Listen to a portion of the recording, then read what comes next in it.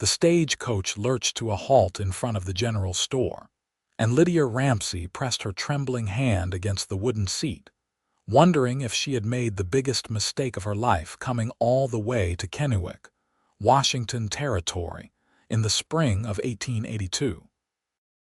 She stepped down onto the dusty street, her navy traveling dress already covered in a fine layer of dirt from the long journey. Her carpetbag felt heavy in her hand, though it contained almost nothing of value. Just a few dresses, a worn Bible that had belonged to her mother, and the letters. Those precious letters from Harrison Quinn, the rancher who had advertised for a wife and whose words had seemed so kind on paper. The town was smaller than she had imagined, with wooden buildings lining a single main street. A saloon stood on one corner, its painted sign creaking in the wind. Across from it, a mercantile with large windows displaying goods she could not afford to want. Men in dusty work clothes moved about their business, and a few women in calico dresses hurried past with their shopping baskets. Lydia stood there, uncertain, her heart hammering against her ribs. She was supposed to meet Harrison at the hotel, but now that she was actually here, doubt gnawed at her insides. What did she really know about this man? What did he know about her? She had written carefully crafted letters, presenting herself as capable and hardworking, which was true enough. But she had left out so much. "Miss Ramsey." A deep voice spoke behind her, and she turned quickly. The man who stood there was tall, with broad shoulders that filled out his worn cotton shirt.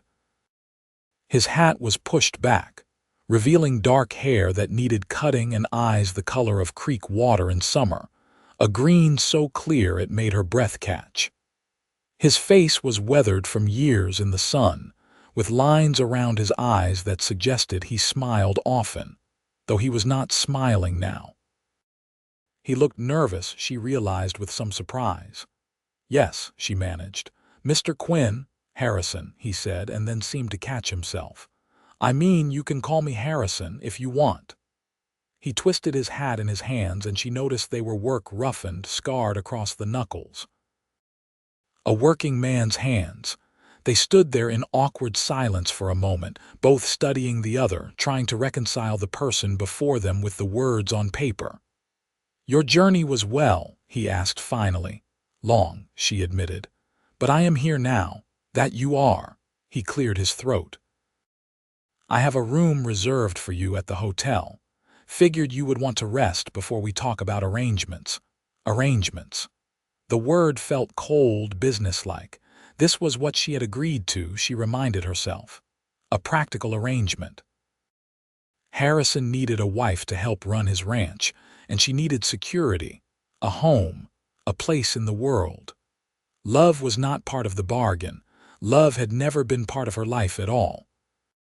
She followed him down the wooden sidewalk to the hotel, a two-story building that looked newer than most of the structures in town. The proprietor, a stout woman with kind eyes, showed her to a small room on the second floor. Harrison waited downstairs, giving her time to refresh herself. Lydia stood in front of the cracked mirror and studied her reflection. She was 22 years old, with dark blonde hair that she kept pinned back severely and gray eyes that always seemed too serious. She was not beautiful, she knew. Her features were too plain, her mouth too wide, her figure too thin from years of making do with too little. But she was clean and decent and willing to work hard. That would have to be enough. When she came back downstairs, Harrison was waiting by the door, his hat still in his hands. "There is a restaurant next door," he said. "Would you like some supper? We could talk." She nodded, and they walked together to the small establishment. It was early evening, and the place was nearly empty. They sat at a table by the window, and Harrison ordered stew for both of them and coffee. The silence stretched between them, uncomfortable and heavy. "Your ranch," Lydia said finally, needing to fill the quiet. "Your letters mentioned cattle." Yes, madam, I have about 300 head good grazing land up in the hills. The house is not fancy, but it is solid. Built it myself 5 years back. He paused, then added, it can be lonely out there. I am used to being alone, she said quietly. Something in her tone made him look at her more carefully. Your letters said you were from Philadelphia. You have family there. No. The word came out harder than she intended. No family. Not anymore. The server brought their food, and they ate in silence for a few minutes. The stew was good, thick with vegetables and tender meat. Lydia could not remember the last time she had eaten something so substantial. Can I ask, Harrison said slowly, why you decided to come all this way? To marry a stranger? Lydia set down her spoon carefully. This was the moment she had been dreading, the questions she knew would come. She had practiced answers on the long journey west, but now they all seemed inadequate. I had no prospects in Philadelphia, she said, which was true as far as it went. I worked in a shirt factory, barely making enough to pay for a room in a boarding house. There was no future in it. When I saw your advertisement, it seemed like an opportunity. Harrison nodded slowly. I appreciate your honesty. I know this is not what most women dream of, marrying for practical reasons.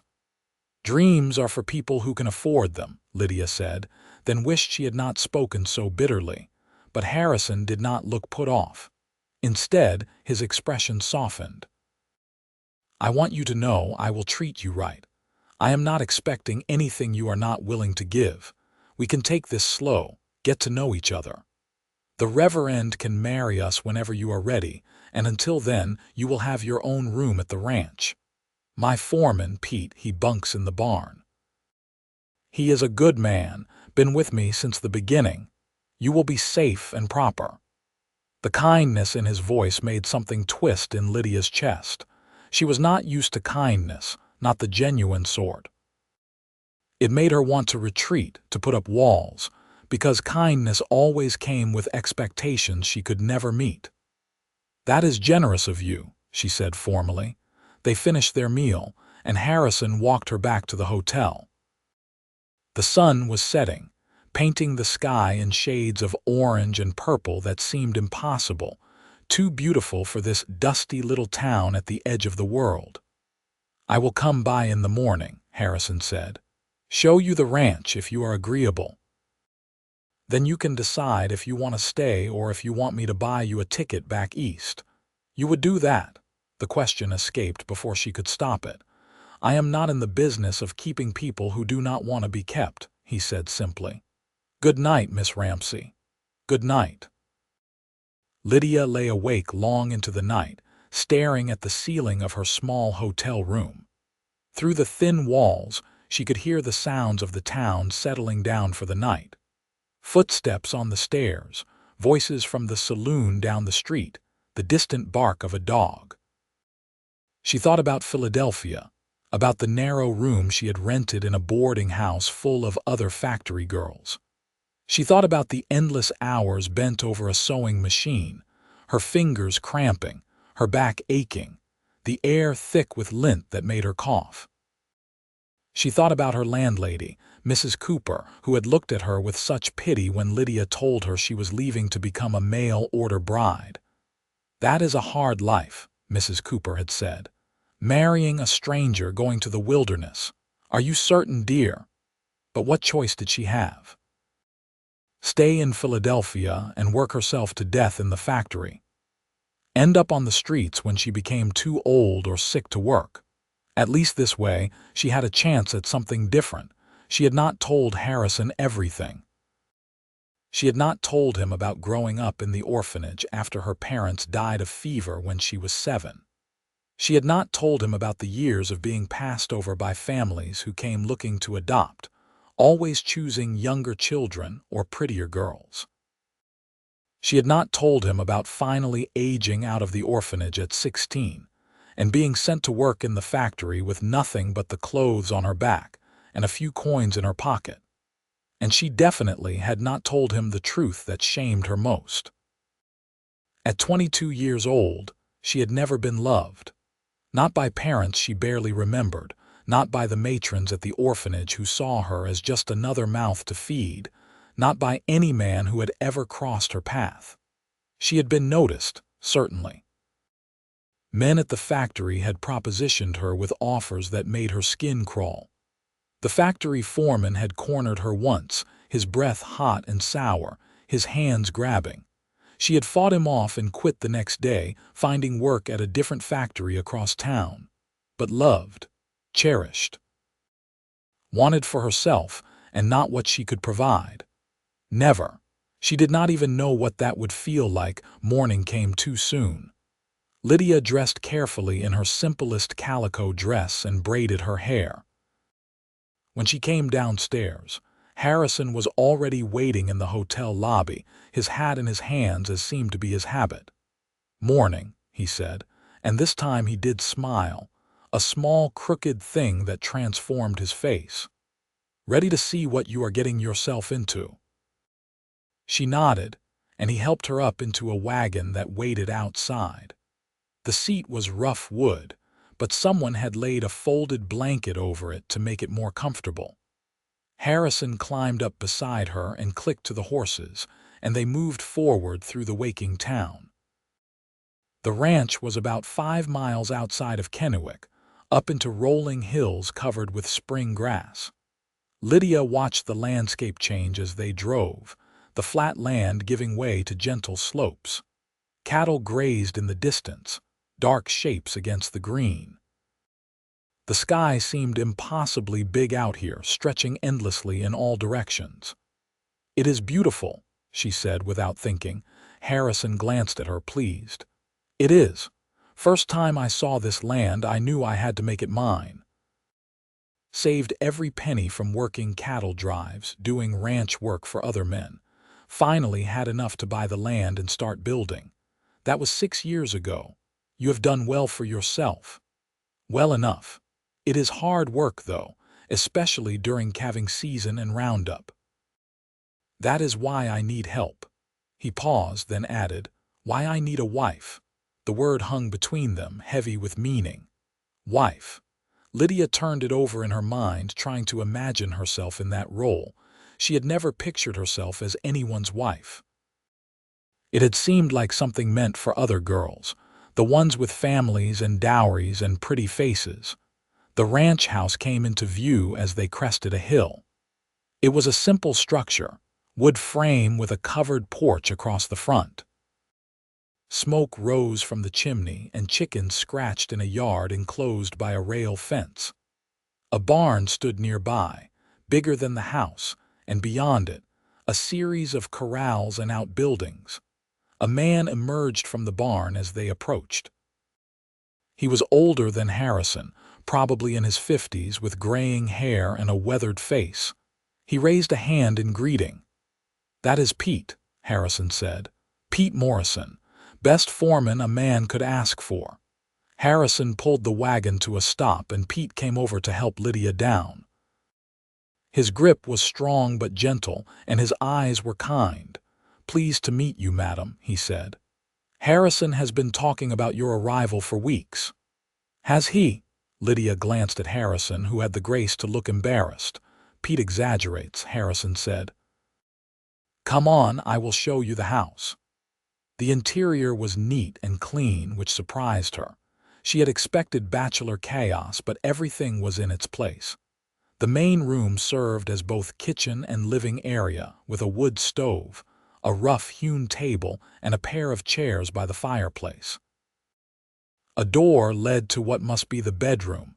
"Pete and I have been trying to keep it decent," Harrison explained, seeing her surprise. "Wanted you to see it at its best, though I know it is not much compared to what you are used to." Lydia almost laughed. "Mr. Quinn, I lived in a room barely big enough for a cot and a washstand. I shared a privy with 20 other girls. This is Palace." He looked relieved. "Harrison," he reminded her. "Please call me Harrison." She nodded but did not offer him the same familiarity yet. It felt too soon, too intimate. He showed her around the rest of the house. The bedroom was small but had a real bed with a quilt that looked handmade. There was a trunk for storage and hooks on the wall for hanging clothes. A window looked out over the hills. "I will rig up a curtain for privacy," Harrison said.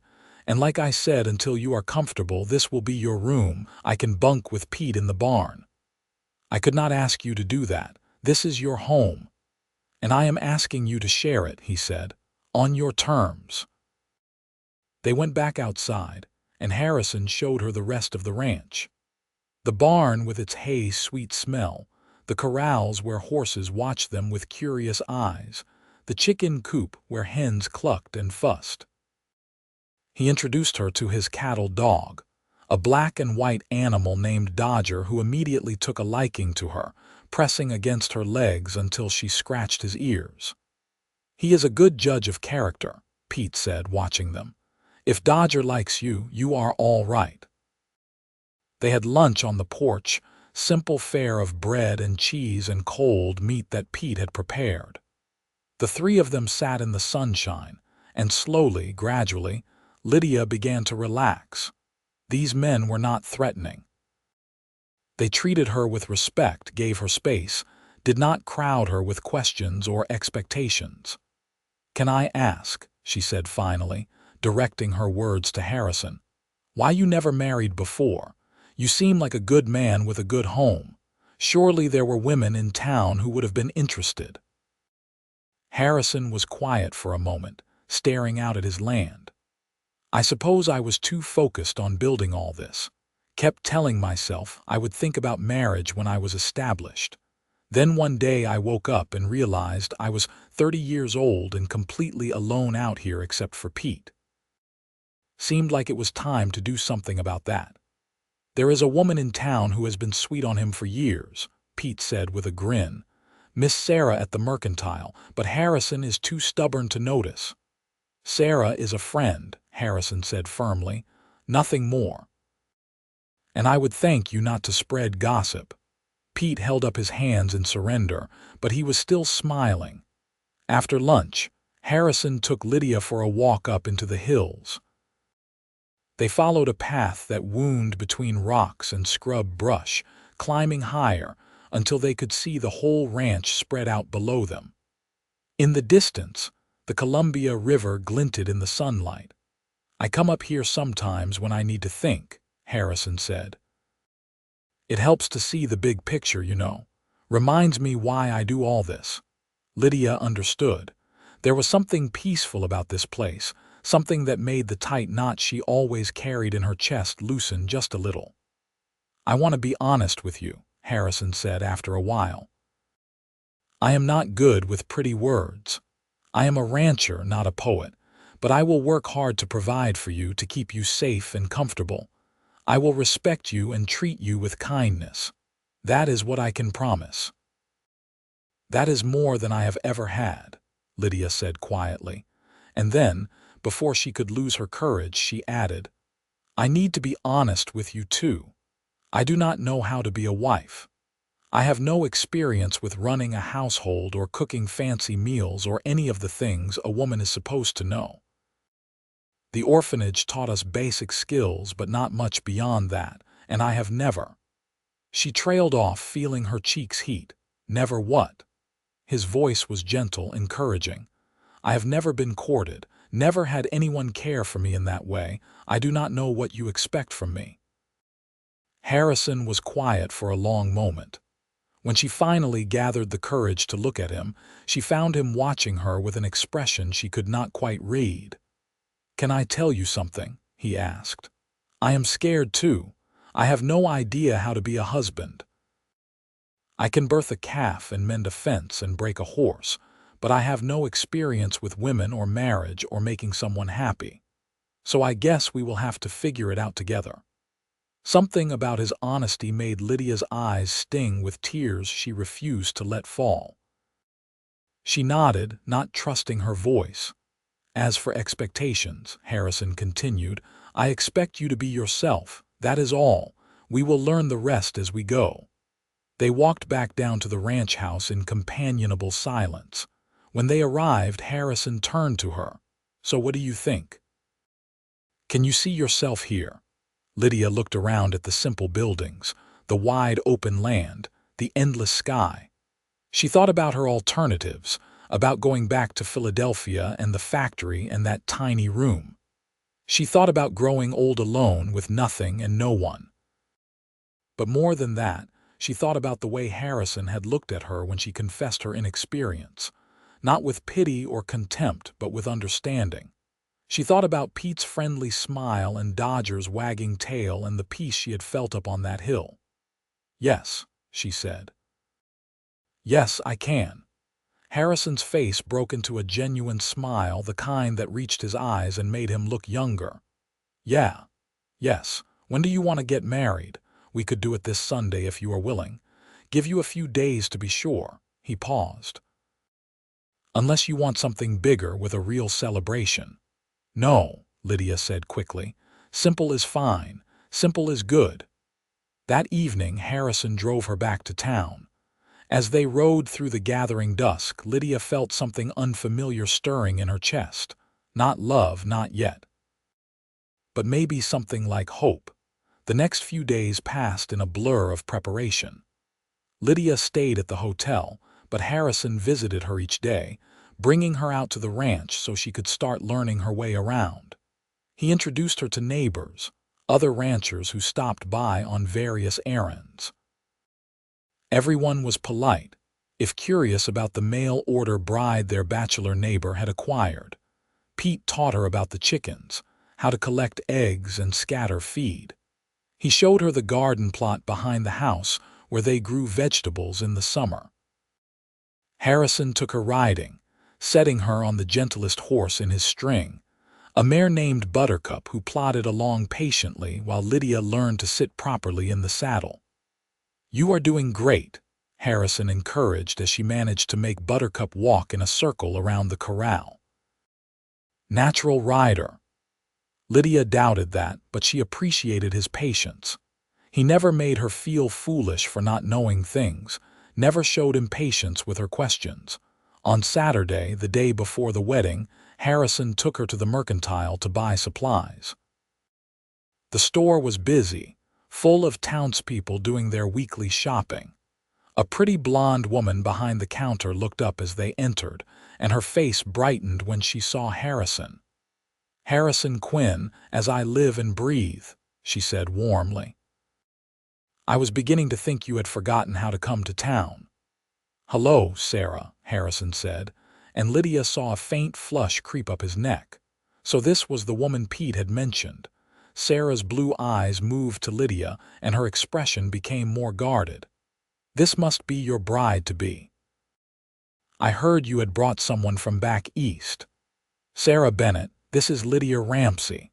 Lydia, Sarah runs the mercantile with her father." "Pleased to meet you," Lydia said, though she was not sure she was. There was something in the way Sarah looked at Harrison that made Lydia feel like an intruder. "Likewise," Sarah said, but her smile did not quite reach her eyes. "What can I help you folks with today?" Harrison gave her a list of supplies, and Sarah moved efficiently around the store, gathering items. She and Harrison talked easily about mutual acquaintances, about town gossip, about the weather and the cattle prices. Lydia stood to the side, feeling more out of place with each passing moment. As Sarah wrapped their purchases, she said, "I heard Reverend Marsh is marrying you two tomorrow. That is quick." "Seemed like the practical thing to do," Harrison said. "Practical." Sarah repeated the word like it tasted bitter. "Yes, I suppose that makes sense." She looked at Lydia then, really looked at her. "I hope you will be happy here, Miss Ramsey. It can be a hard life for women who are not used to it." "I am used to hard work," Lydia said quietly. "I am sure you are. Still, ranching is different from city life. Lonely sometimes." "Sarah," Harrison said, a warning note in his voice. "I am just being honest," Sarah said, but she turned back to the counter, making change from Harrison's payment. "You folks have a nice wedding."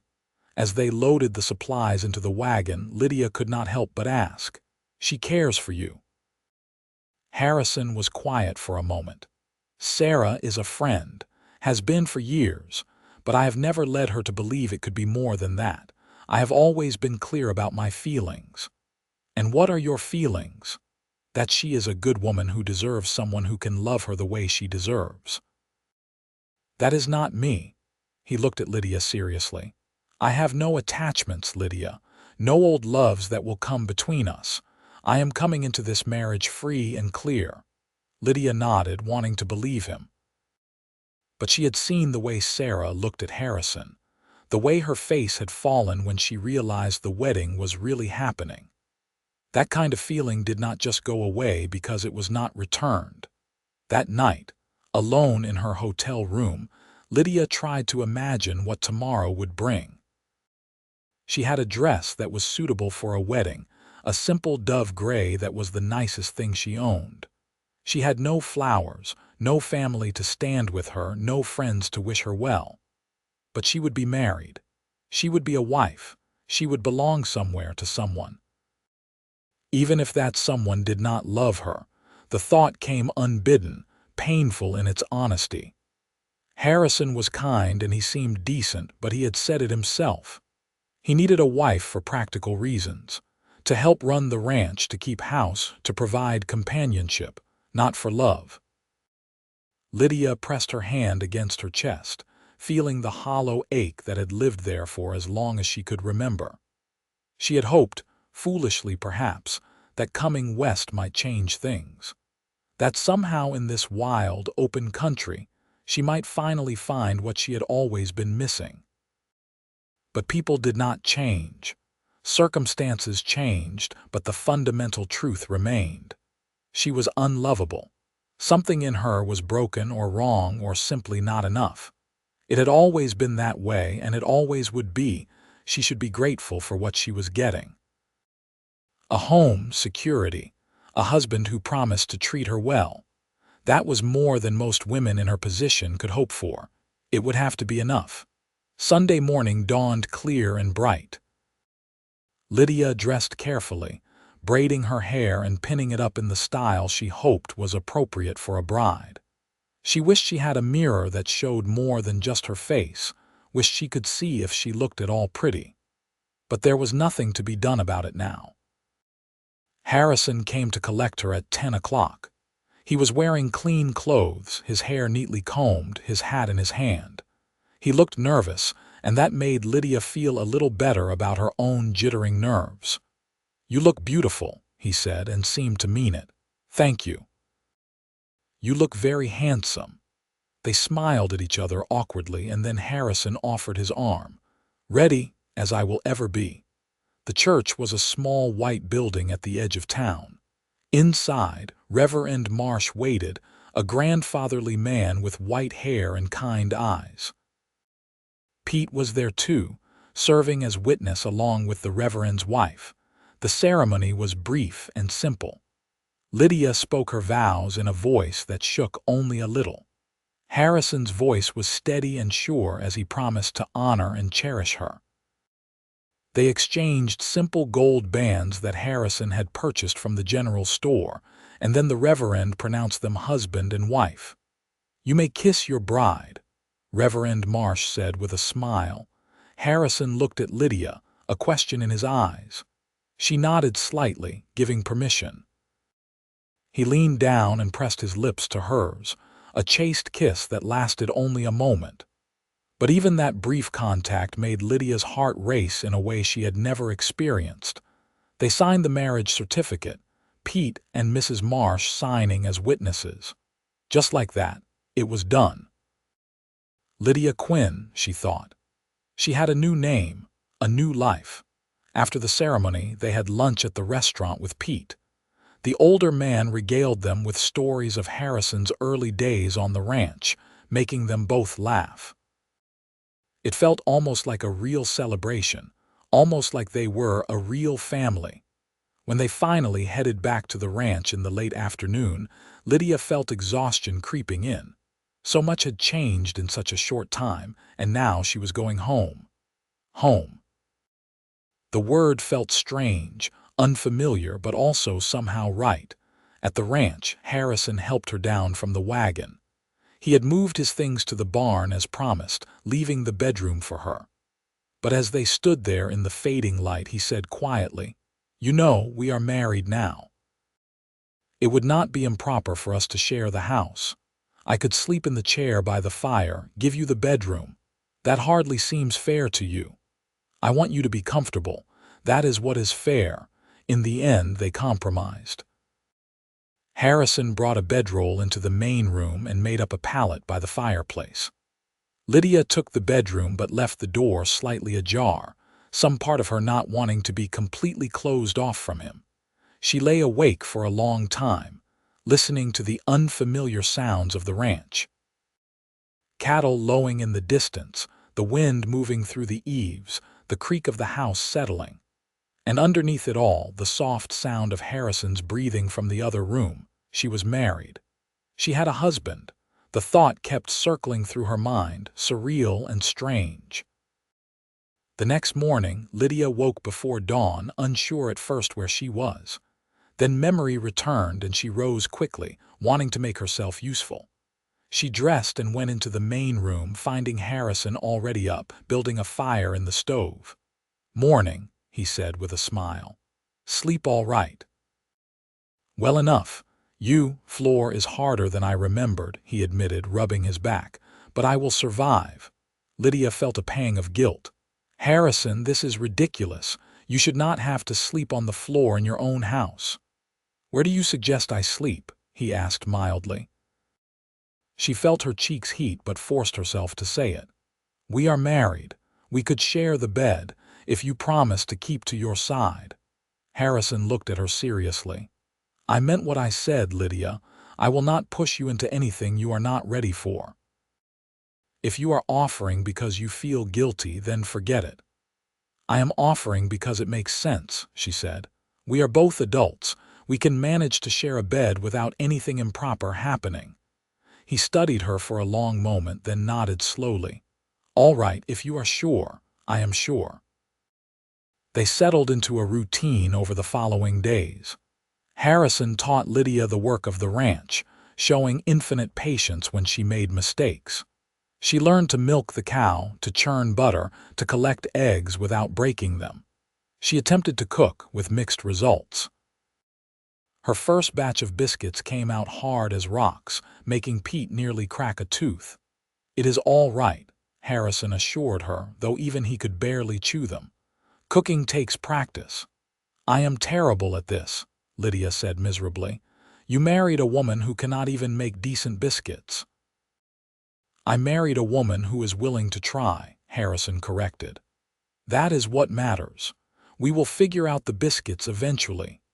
At night, they lay side by side in the bed, a careful distance between them.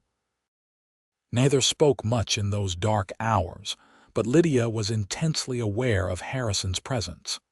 The sound of his breathing, the warmth of his body, the way he sometimes moved in his sleep. She had never shared a bed with anyone in her life, and the intimacy of it both terrified and comforted her.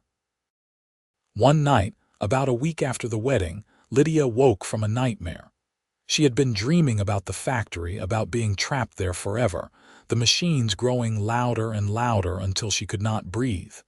She sat up gasping, disoriented in the darkness. "Lydia." Harrison's voice came, thick with sleep. "You all right? I am sorry, I did not mean to wake you." She felt him shift beside her. "You are shaking. What is wrong?" "Nothing, just a bad dream. Come here." His voice was gentle, inviting. "What? Come here," he repeated. "Let me hold you." Every instinct told her to refuse, to maintain her distance, to protect herself. But she was tired and scared and lonely, and his offer was so tempting. Slowly, carefully, she moved closer until she felt his arm come around her shoulders, pulling her against his chest. He was warm and solid, and she could hear his heartbeat, steady and sure. His hand rubbed her back in slow circles, soothing. "It is all right," he murmured. "You are safe here. I have got you."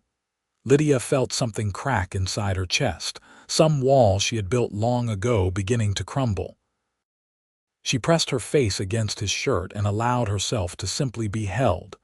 They stayed like that until she fell back asleep, and when she woke in the morning, she was still in his arms. After that night, something shifted between them. They began talking more, sharing stories of their pasts.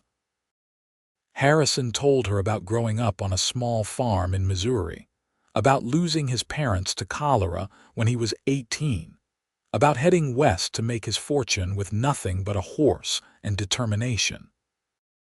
Lydia found herself opening up in return, telling him about the orphanage, about the endless feeling of not belonging anywhere.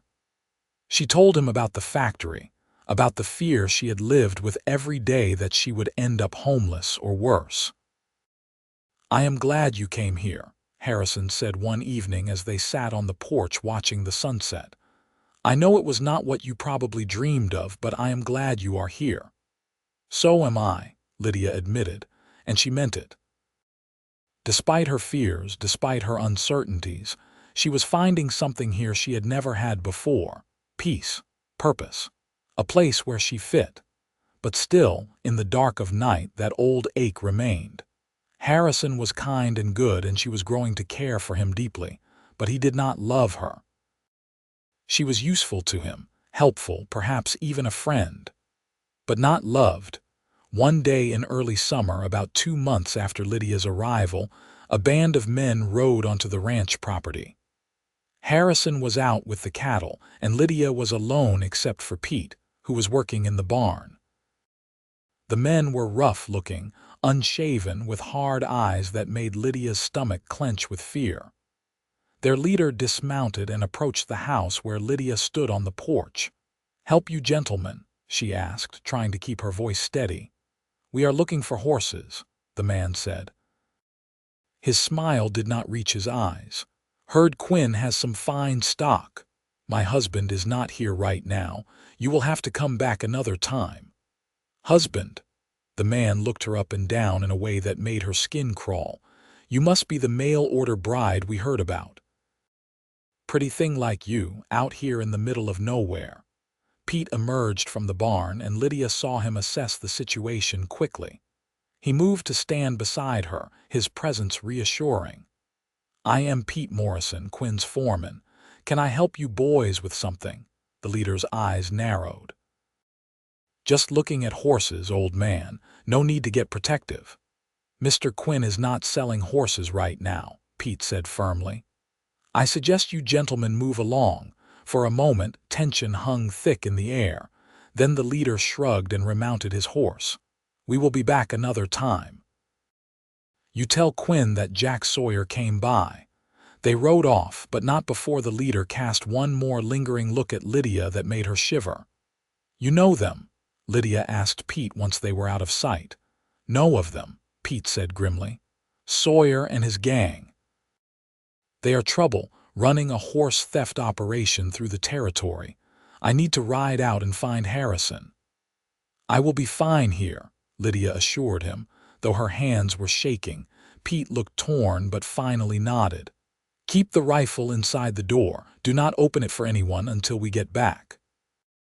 After Pete left, Lydia went inside and barred the door. She found the rifle and checked that it was loaded, something Harrison had taught her soon after her arrival. Then she sat and waited, her nerves stretched taut.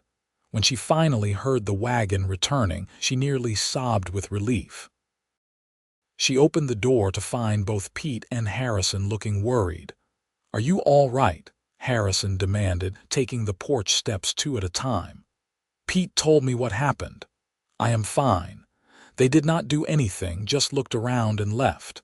But Harrison, that man, the way he looked at me." Harrison's jaw clenched. "Did he touch you?" "No, thank God." He pulled her into his arms right there on the porch, holding her tight. "I should have been here. I should not have left you alone." "You could not have known," Lydia said, but she clung to him, needing his strength. That night, Harrison did not keep to his side of the bed. He held her close, his arms protective around her. And Lydia realized that somewhere along the way, she had started to feel safe with this man. More than safe. She was beginning to need him in a way that terrified her. "Harrison," she whispered in the darkness. Yeah, when you married me, what were you hoping for? Really? He was quiet for so long she thought he might have fallen asleep. Then he said, at first, I guess I was hoping for someone to share the work to make this place feel less lonely. But now I want more than that. I want to know you are happy here. I want to see you smile more. I want to make this a real marriage, not just an arrangement. Her heart hammered against her ribs. What does that mean? It means I care about you, Lydia, more than I expected to. More than I probably should this soon. He stroked her hair gently. You do not have to feel the same way. I am not asking for anything. I just wanted you to know. Lydia felt tears sting her eyes. He cared about her, but caring was not loving. Caring was what you felt for a friend or a faithful dog. It was not the deep, consuming love she had read about in novels, the kind that made people do foolish, wonderful things. I care about you too, she said, and it was true. But she did not say the rest, did not give voice to the fear that she would never be more than a convenient partner to him, never truly loved. The days grew longer and warmer as summer settled over the ranch.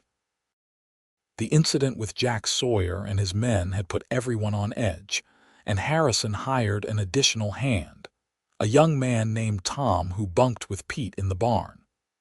Lydia was never left alone now, which should have made her feel safer but instead made her feel like a burden. She worked hard to prove her worth, gradually improving at cooking and learning the rhythms of ranch life.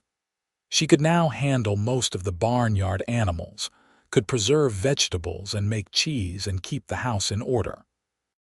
She took pride in these accomplishments, even as she sometimes felt like she was playing at being a wife rather than truly being one. Harrison continued to be kind and patient with her. He praised her efforts and downplayed her failures.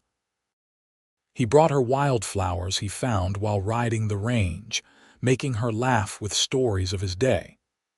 At night, they lay together in the darkness, talking until sleep claimed them, but he never tried to kiss her again after that brief moment at their wedding. He never suggested their marriage become more than it was, and Lydia began to wonder if she had misunderstood his feelings. Maybe when he said he cared about her, he meant it the way one cared about any good friend or trusted partner. It was late July when everything changed. Harrison had been acting strange for several days, distracted and nervous in a way that reminded Lydia of the day they first met. Finally, one evening after supper, he asked her to take a walk with him. They climbed up to the spot on the hill where they had stood on that first day, when Lydia was deciding whether to stay. The sun was setting, painting the world in gold and crimson. I want to talk to you about something, Harrison said, not quite meeting her eyes. Lydia's stomach dropped. This was it, she thought. He was going to tell her he had made a mistake, that this was not working, that she should go back east. All right, she managed. I've been thinking a lot lately about our arrangement, about what I promised you when you came here. You have kept all your promises, Lydia said quickly. If this is about me not being good enough, I can try harder, I can. What? Harrison looked genuinely confused. Lydia, no, that is not what this is about at all. You are more than good enough. You are amazing. Then what? He took a deep breath, finally meeting her eyes. I do not want an arrangement anymore. I do not want a marriage of convenience or a partnership or whatever we have been calling this. I want a real marriage with you, if you will have me. Lydia's heart stuttered. I do not understand. I love you, Harrison said, the words tumbling out like he had been holding them back too long. I have been falling in love with you since the day you told me you were terrible at making biscuits, and then tried to make them anyway. Since you sat up all night with that calf that was sick, determined to save it. Since I wake up every morning and get to see your face. I love you, Lydia Quinn, and I want to be your husband in every sense of the word. But only if that is what you want too. Lydia stared at him, unable to process what she was hearing. You love me. Yes, but I am nothing special. I am just a woman you hired to help around the ranch. You are everything special, Harrison said fiercely. You are strong and brave and kind. You came all this way to build a new life, took a chance on a stranger. You work harder than anyone I have ever known, and when you smile, really smile, it lights up my whole world. I do not understand, Lydia whispered. No one has ever loved me before. Something in Harrison's face shifted, became softer and sadder at the same time. What do you mean? And then, standing on that hill with the sunset blazing around them, Lydia told him everything.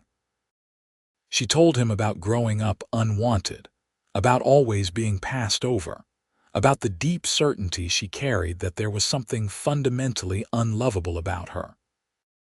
She told him about the factory foreman and the men who had made crude propositions, about all the times she had been seen as useful or convenient but never valued for herself. I never had anyone who wanted me for me, she said, tears streaming down her face now. And I know you need a wife, Harrison. I know I am useful here, but I never imagined that you could actually love me. Harrison reached out and cupped her face in his hands, his thumbs wiping away her tears. Lydia Ramsey Quinn, you listen to me. There is nothing unlovable about you, not one single thing.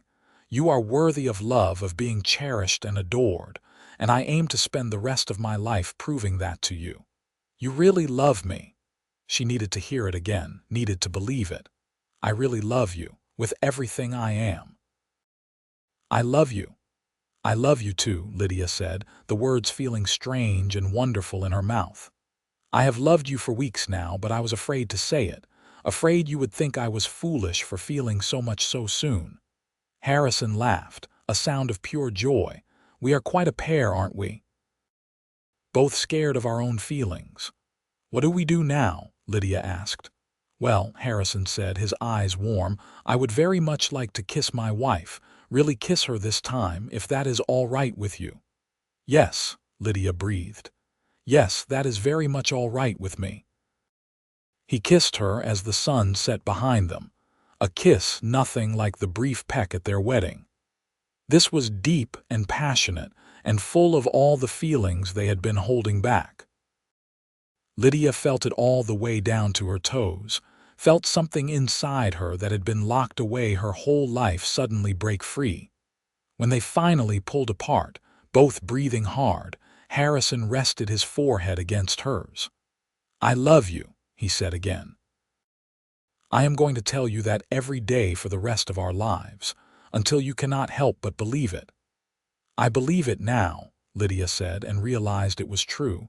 She could see it in his eyes, feel it in the way he held her. This man loved her. He loved her.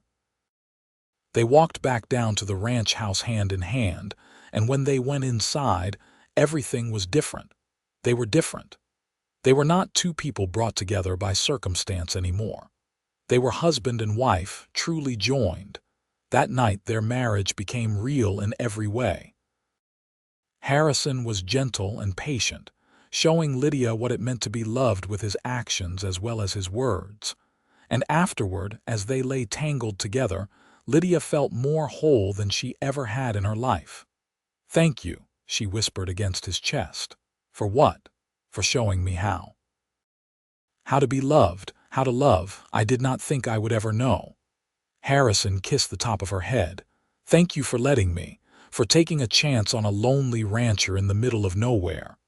Best chance I ever took. The next morning, Pete took one look at them and grinned. About time, was all he said, but there was affection in his voice. Life on the ranch continued, but now it was infused with joy.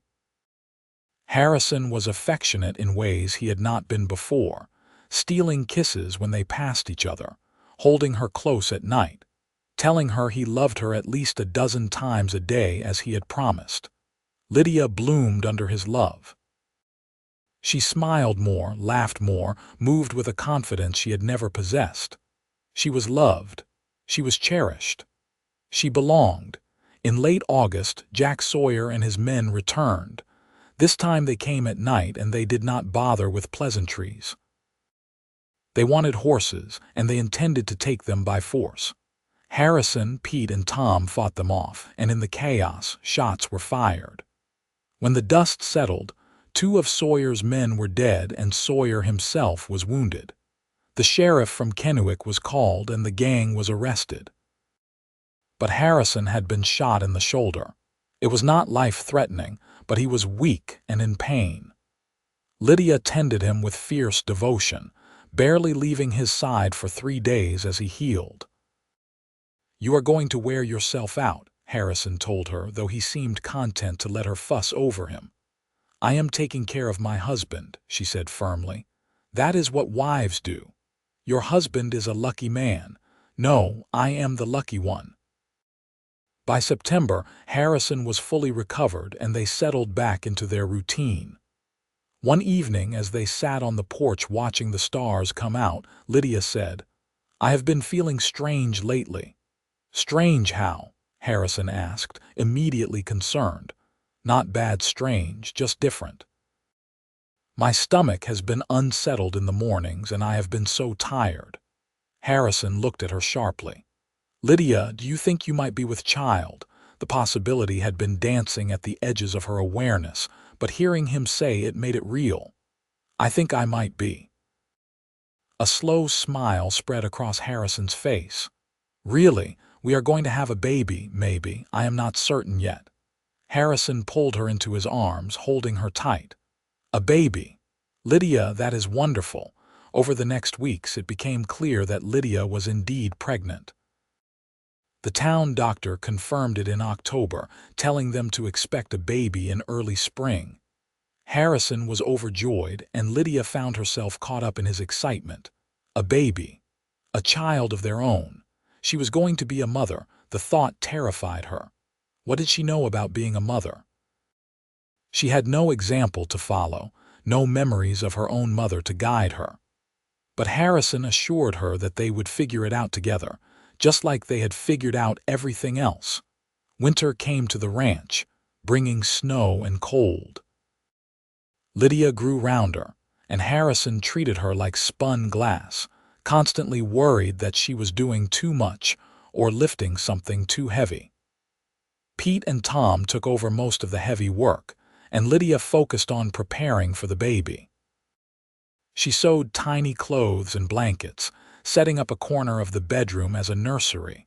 On a cold March morning in 1883, their son was born. The labor was long and difficult, and Lydia was exhausted by the end.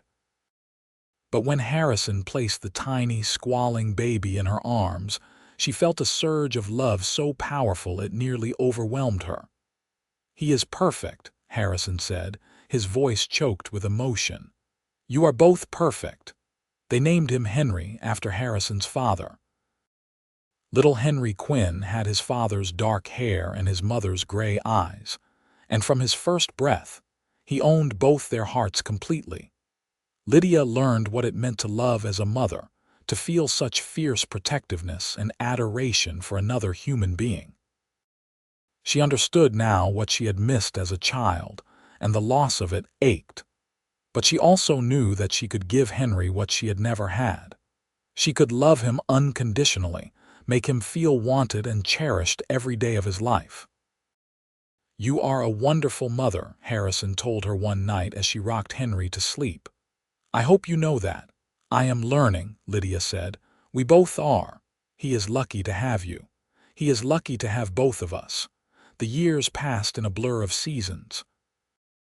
Henry grew from a baby into a toddler, then a little boy. 2 years after his birth, Lydia gave birth to a daughter they named Rose. Then another son, James. 2 years after that, the ranch prospered under Harrison's management. They added more cattle, expanded their grazing land, and built a new barn. Harrison and Pete took on 2 more permanent hands, and the ranch became a thriving operation. But more than the material success, the ranch became a home filled with love and laughter. The children grew up surrounded by wide open spaces and clear blue skies, learning to ride almost as soon as they could walk. They were confident and joyful, secure in the knowledge that they were loved. Lydia sometimes thought about the girl she had been when she first arrived in Kennewick. That frightened, uncertain woman who did not believe she was worthy of love. She was a different person now. Harrison's love had changed her, yes, but more than that, she had learned to love herself. She had learned that she was strong and capable and deserving of all the good things that had come into her life. One evening in the summer of 1890, when Henry was 7, Rose was 5, and James was 3, the family sat together on the porch watching the sunset. It had been 8 years since Lydia stepped off that stagecoach, and she could hardly remember the woman she had been then. "Tell us the story of how you and Mama met," Henry begged, as he often did. He loved hearing about his parents' courtship. "Well," Harrison said, pulling Lydia close against his side, "your mama came all the way from Philadelphia to marry a cowboy she had never met." "That was brave," Rose said solemnly. "It was," Harrison agreed, "the bravest thing I ever saw. And when she got here, I took one look at her and thought, that is the woman I am going to spend the rest of my life with." "That is not quite how it happened," Lydia said with a laugh. "You were so nervous you could barely string 2 words together." "True," Harrison admitted. "But I was right about spending my life with you." "What happened next?" James asked, bouncing with impatience. "Well," Lydia said, "your father showed me the ranch and I decided to stay. We got married and we started building a life together." "And you fell in love," Henry said confidently. He was a romantic, their eldest son. "Yes," Harrison said, his eyes on Lydia. "We fell in love. Your mama told me something once when we were first married. She said she had never been loved before, and I said, let me show you how, and I have been showing her every day since." Lydia felt tears prick her eyes, as she always did when Harrison talked about those early days. "And he has," she said softly. "Every single day." That night, after the children were in bed, Harrison and Lydia lay together in the darkness of their room. The house they had added onto over the years was bigger now, with separate rooms for the children and a parlor where they gathered on winter evenings. But this room remained their sanctuary, the place where they came together at the end of each day. "You ever regret it?" Harrison asked suddenly. "Coming here, marrying me?" "Never," Lydia said immediately. "Not for one single moment. Why would you ask that? Sometimes I still cannot believe you chose me, that you stayed." Lydia turned to face him, cupping his face in her hands. "Harrison Quinn, you are the best thing that ever happened to me. You taught me what love is. You gave me a home, a family, a life I never dreamed I could have. I would choose you 1,000 times over." "I love you," he said, as he had said every day for 8 years. "I love you too," she answered, as she always did. And in the morning they would wake to the sound of their children's laughter, to the demands of the ranch, to the life they had built together. But for now, in this moment, it was just the two of them. A cowboy and his mail-order bride who had both been looking for something they did not know how to name and had found it in each other. The years continued to unfold. Harrison taught Henry and James to work cattle, to mend fences, to handle horses. Lydia taught Rose to cook and sew, but also to ride and shoot and stand her own ground. Their children grew up wild and free and loved beyond measure. Pete remained with them, growing older but still a vital part of their ranch family. Tom married a girl from town and built a house on the edge of the property, starting his own family. The ranch became a community of people who cared for each other. Sarah from the Mercantile eventually married a banker from Walla Walla and moved away.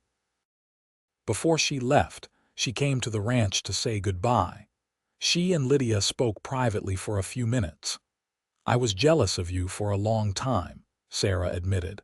"I had feelings for Harrison, thought maybe he would come around eventually, but I can see now that you two were meant for each other. He looks at you like you hung the moon. I am sorry if I hurt you by coming here, Lydia said. Do not be. You did me a favor, really. Forced me to let go and move on. I am happy now, truly happy, and I am glad Harrison is too. They parted on good terms, and Lydia felt a sense of closure. Everyone had found where they belonged. In 1895, when Lydia was 35 and Harrison 43, they had one more surprise. Another child, a boy they named Patrick. The older children doted on their baby brother, and Lydia found herself cradling a new infant, marveling that she could feel this overwhelming love yet again. We are getting too old for this, Harrison joked, but he was clearly delighted with his newest son. Speak for yourself, Lydia teased. I am in my prime. Their life was not without challenges. There were droughts and hard winters, years when the cattle prices dropped and money was tight. Harrison broke his leg falling from a horse, and there were several anxious weeks while it healed. Rose had scarlet fever at age 7, and for 3 terrifying days they thought they might lose her. But she pulled through, and Lydia held her daughter close, grateful beyond words through it all. Their love remained constant. Harrison still told Lydia he loved her every day, still brought her wildflowers, still held her close at night. And Lydia continued to marvel that this was her life. That she had gone from being unloved and alone to being the center of a family. A woman with a husband who adored her and children who needed her. Henry grew into a tall, strong young man with his father's steady nature and his mother's thoughtful eyes. At 19, he announced that he wanted to start his own ranch. Harrison helped him buy land adjacent to theirs, and Henry built a small house there. He married a sweet girl named Emma from Kennewick, and they started their own family. Rose was beautiful and spirited, with long blonde hair and a fearless heart. She could outride most of the ranch hands and had a way with horses that was almost magical. At 18, she went to Portland to attend a teaching college, wanting to see more of the world before settling down. Lydia missed her terribly but was proud of her daughter's ambition. James was the wild one, always looking for adventure. He talked about going to Alaska, about becoming a lawman, about traveling to San Francisco. Harrison worried about him, but Lydia understood. James needed to find his own path, just as they all had. And Patrick, the baby of the family, was growing into a thoughtful, quiet boy who loved books and spent hours reading in the hayloft. On their 20th wedding anniversary in the summer of 1902, Harrison planned a celebration. He invited their children and grandchildren, neighbors and friends. The ranch was full of people, full of laughter and music. That night, after everyone had gone home or to bed, Harrison took Lydia's hand and led her up to the hill where they had stood so many times before. The spot where she had first looked out over the ranch and decided to stay. The spot where Harrison had first told her he loved her. 20 years, Harrison said, holding her close. Can you believe it? It feels like yesterday and forever at the same time, Lydia said. Do you remember what you told me that night I said I loved you? You said you had never been loved before. I remember. And I said I would show you how. Did I do it, Lydia? Did I show you? Lydia turned to face him, this man who had changed her entire life. His hair was graying now, and there were lines around his eyes and mouth.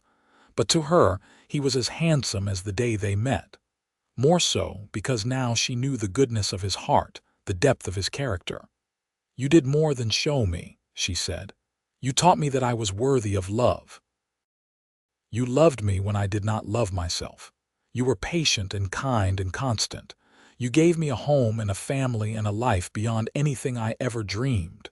So yes, Harrison Quinn, you showed me how to be loved, and I am grateful for it every single day. I am the grateful one, Harrison said. You took a chance on a lonely rancher in the middle of nowhere. You built this life with me. You gave me children and love and happiness. You are the best thing that ever happened to me." They stood there holding each other as the stars came out overhead, the same stars that had watched them fall in love, that had witnessed every moment of their journey together. Over the next years, they watched their family continue to grow. Henry and Emma had 3 children.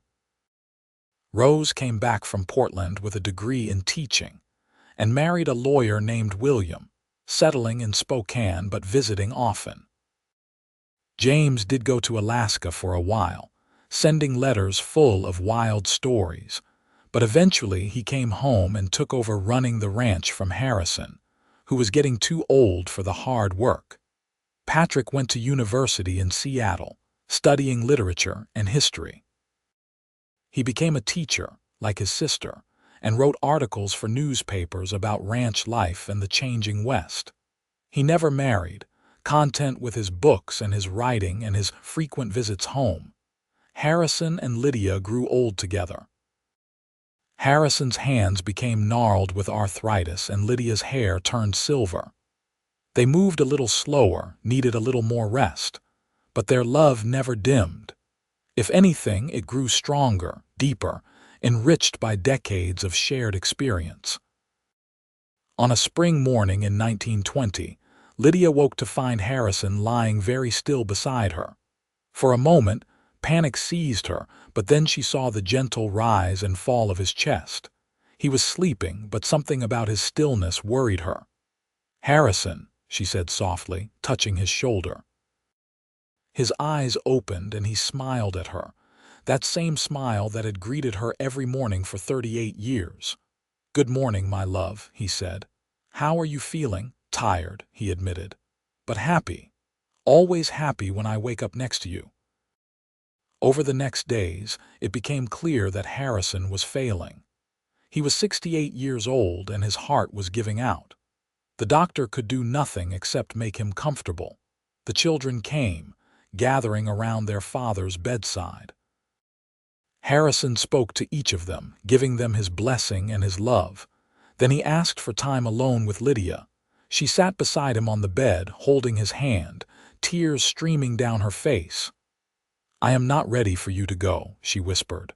"I know. I am not ready to go either. But Lydia, these years with you, they have been everything. You made my life complete. You made me believe I was worthy of love.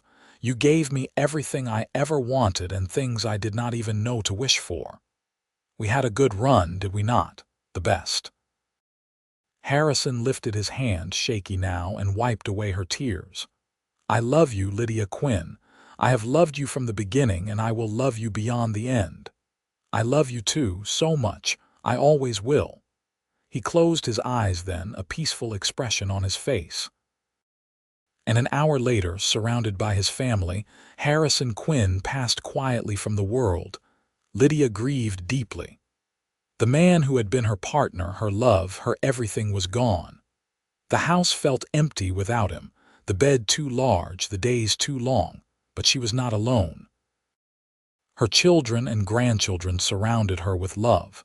They shared stories of Harrison, keeping his memory alive. And gradually, Lydia found her way forward. She could not have the man she loved, but she had the life they had built together. She had the family they had created. She had the ranch that he had poured his heart into. She lived on the ranch until she was 81 years old, still sharp and active, still telling stories of the cowboy who had taught her how to be loved. She watched her grandchildren grow up and have children of their own.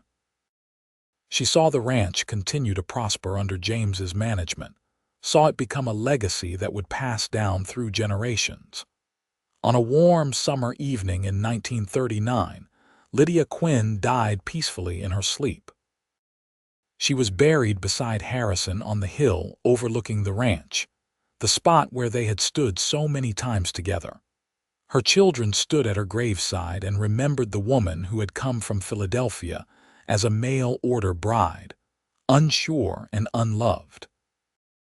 They remembered how she had bloomed under their father's devotion, how she had become the heart of their family.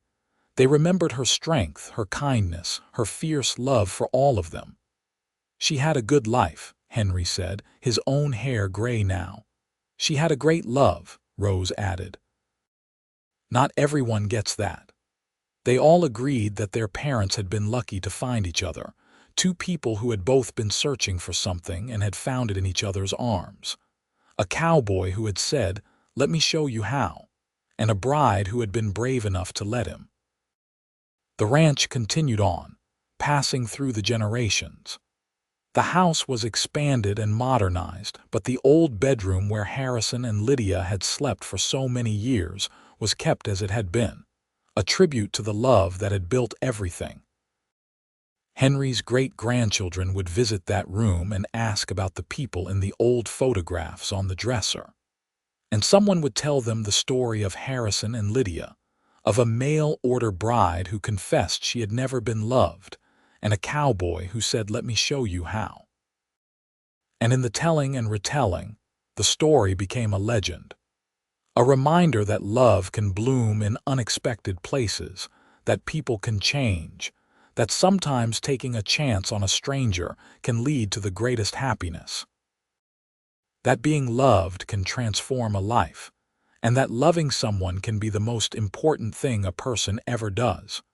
The ranch still stands today, a testament to the two people who built it with their own hands and filled it with love. And sometimes, on clear spring mornings, when the sun rises over the hills and the cattle are grazing peacefully, you can almost see them there. Harrison and Lydia, walking hand in hand up to their favorite spot, looking out over the land they loved, together for all eternity.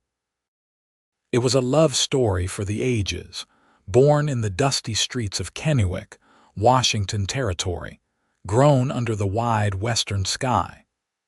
A story of two lonely people who found each other and built something beautiful. A mail-order bride who learned she was worthy of love, and a cowboy who spent his life proving it to her.